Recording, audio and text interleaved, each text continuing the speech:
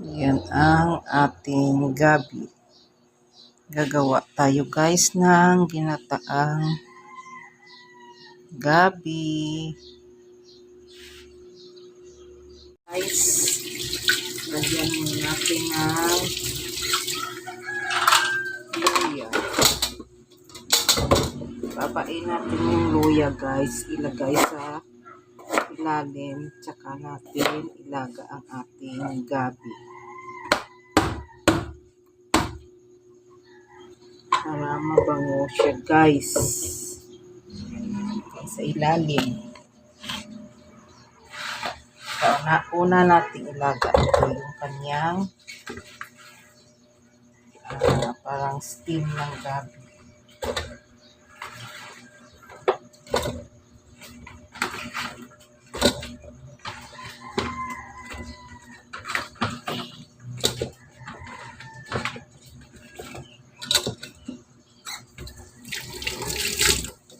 At lagyan ng tubig.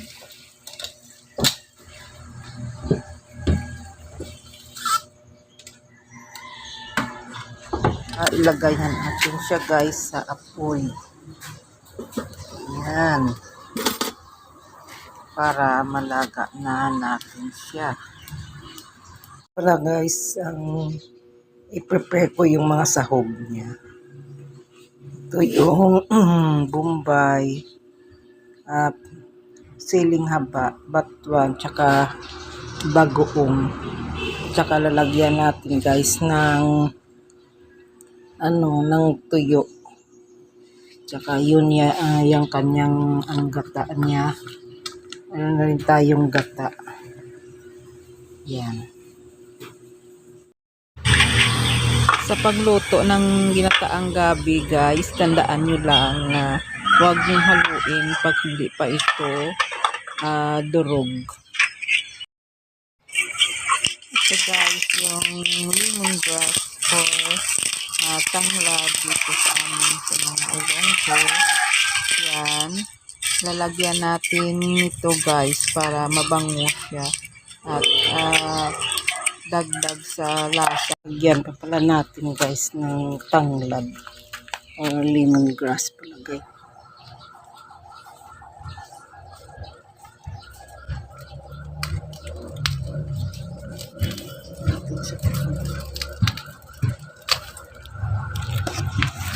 Ito na guys. Nilagay na natin yung dahon niya guys. Yan guys, nilagay ko na yung mga sahog ko, yung bagoong, siling haba, batuan, at saka Bombay natin guys. Tuloy lang ang paglaga natin guys.